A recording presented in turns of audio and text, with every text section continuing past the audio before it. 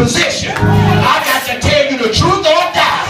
It ain't but three things in the world: the lust of the eye, the lust of the flesh, and the pride of life.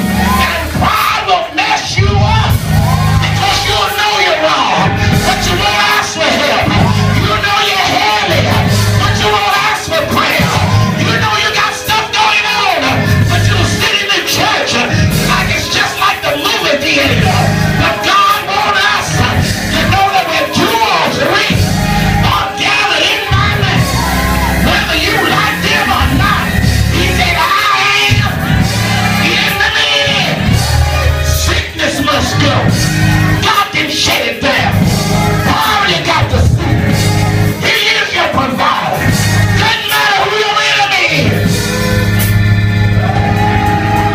He is God.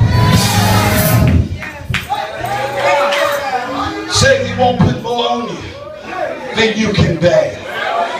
Sound like God to me. So why is your test so severe?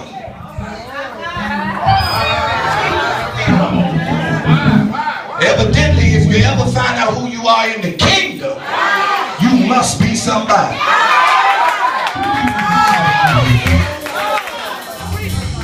Our problem is we always look around the church at who's in position, and we act like they're going to stay there forever.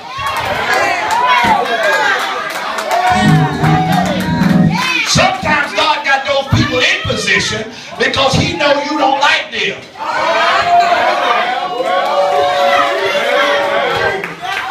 But you're not supposed to like them. You're supposed to know who you are. They were placed there because you don't like them. He wants you to like Him. Because if you're here for Him, it don't matter who's in the position. Then you make yourself ready so God can use you. Not to turn up anything, but just to be who you need to be. So your transition takes place. You're already in place.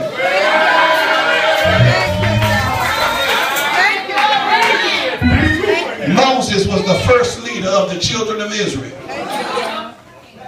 He had murdered a man. So God allowed you to know that even though he's a murderer, I can use him.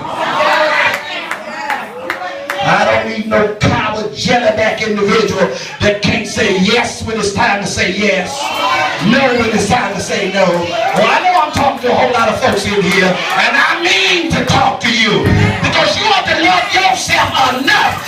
If you're a man, be a man. If you're a woman and married, submit yourself to your man. But if your man ain't no good, then a wise woman builds her house. Somebody say that.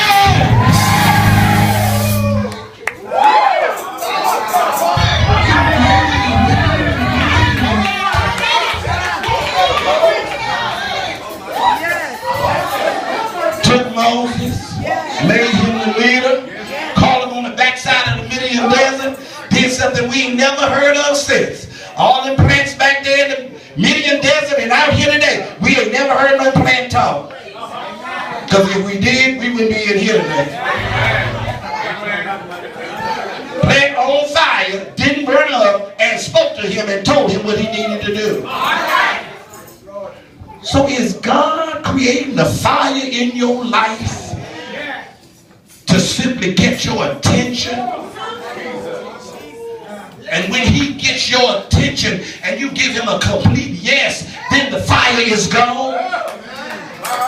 Have you ever looked at your situation, knowing who you are and whose you are? Nothing can happen unless God allows it. Then he allow it simply to get your attention. Y'all ain't saying nothing. Y'all backing up on me. Satan's goal was to shake Peter up and to see if there was any true faith in him. And that's the same reason he tried to shake you up. Because what's in you gonna come out.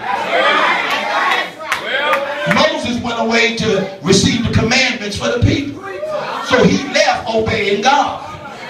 His brother Aaron, Moses made a mistake. I don't speak well. I have an impediment. I need somebody to talk for me. So God suffered it to be. So we're going to get your brother. Better watch the family, folks.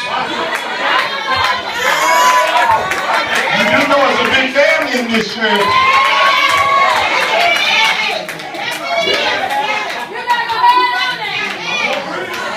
I know all about you cousins and uncles, sisters and brothers, and others that have come in. But you got to watch family.